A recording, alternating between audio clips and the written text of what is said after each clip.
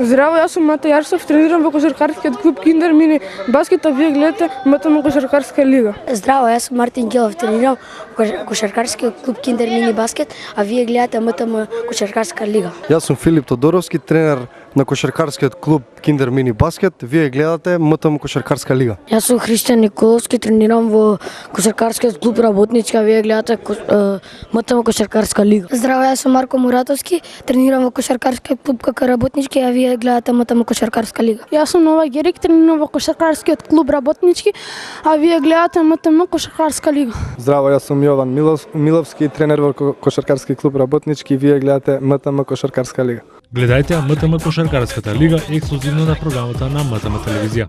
Македонската фудбалска репрезентација вечерва ќе ја пречека селекцијата на Летонија во пријателски надпревар за кој во нашиот табор веруваат дека е убава можност за нов почеток на еден успешен подготвителен период за квалификациите за Европското првенство 2016 година. Своје деби на селекторското место ќе има Бошко Ѓуровски, кој побара од своите избраници храбра игра и победнички менталитет. Тој сака средбата со Летонија да ја искористи за подигање на самодовербата кај играчите и создавање на победничко расположение. Ке настојувам да играме агресивно и максимално ангажирано и само на таков начин ке можеме да се надеваме на успех. Сакам играчи победници кои не се плашат од ниеден противник, изјави Ѓуровски на вчерашната пресконференција. Надпреварот се игра на националната арена Филип II во Скопје. Капитенот на Барселона, Карлос Пујол, на воредна конференција пред јавноста ја соопшти неговата одлука дека по завршувањето на сезоната ќе ја напушти Барселона. Пујол, кој целата своја кариера ја помина во Барселона, имаше валиден договор за уште 2 сезони, но соопшти дека во заемна согласност со клубот бил постигнат договор за негово раскинување. По 30 јуни не знам точно што ќе правам. Во моментов единствена работа која ја знам е дека имам потреба од одмор, изјави Пујол, кој е дете на Барселона и целата своја кариера ја помина во овој клуб. За првиот тим дебитираше во 99 година. Од тогаш до ден денес одигра 392 надпревари и освои дури 24 трофеи. На 2 пати стана европски и еднаш светски шампион со репрезентацијата на Шпанија. Полскиот ски скокач Камил Штох со одличен скок од 134,5 метри во втората серија успеа да забележи победа во финскиот ски центар Лахти. Тој имаше најдолги скокови и собра најдобри оценки од судиите, па на тој начин се најде пред германецот Фройнд, додека трет беше Грегор Шлиренцауер. На листата од генералниот пласман во ски скокови има нова измена, а Камил Штох одново го презема првото место, што го искористи лошиот ден на словенецот Петар Превц, кој беше дури шести. Со тоа Штох успеа да собере 1131 бод и на тој начин сега има 53 бода повеќе од словенецот. Ова е добра најава за нови возбудувања на следните надпревари кога Превц ке мора да биде далеку подобар за одново да го симне Камил Штох од врвот.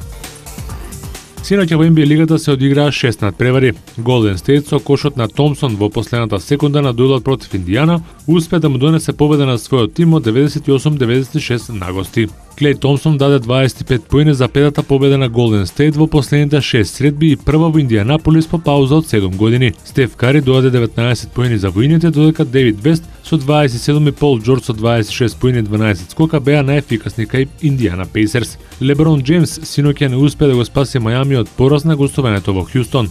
Џејмс не успеа да погоди тројка за продолжение со звукот на сирената во средбата во која беше евидентно дека тој е преморен, завршувајќи ја само со 22 коша. По 24 коша постигнаа Двејн Вејд и Мајкл Бизли за Мајами. Двајт Хауард со 22 поени и 16 скока беше лидер на ракетите, а 21 поени и 11 асистенци имаше Џејмс Харден. LA Клиперси славеа во Феникс со 104-96. Мет Барнс со 28 поени беше лидер на LA Клиперс, кај кој 22 коша даде и Блейк Грифин. Такер со 18 поени ги предводеше сонцата. Расел Весбрук стигна до трипл-дабл за 21 минута во победата на Оклахома над Филаделфија од 125-93. Весбрук даде 13 поени, 10 скока и 14 асистенции, што беше вториот најбрз трипл-дабл во историјата на NBA остварен за само 20 минути и 17 секунди поминати на паркетот. Единствен побрз до трипл-дабл во историјата на NBA е Џим Такер, кому тоа му пошло од рака на дуелот помеѓу Сиракјус и Њујорк, одигран на 20 февруари во 1955 година. Тогаш Такер до трипл-дабл стигнал за само 17 минути игра. За вечерва 10 надпревари на NBA програмата.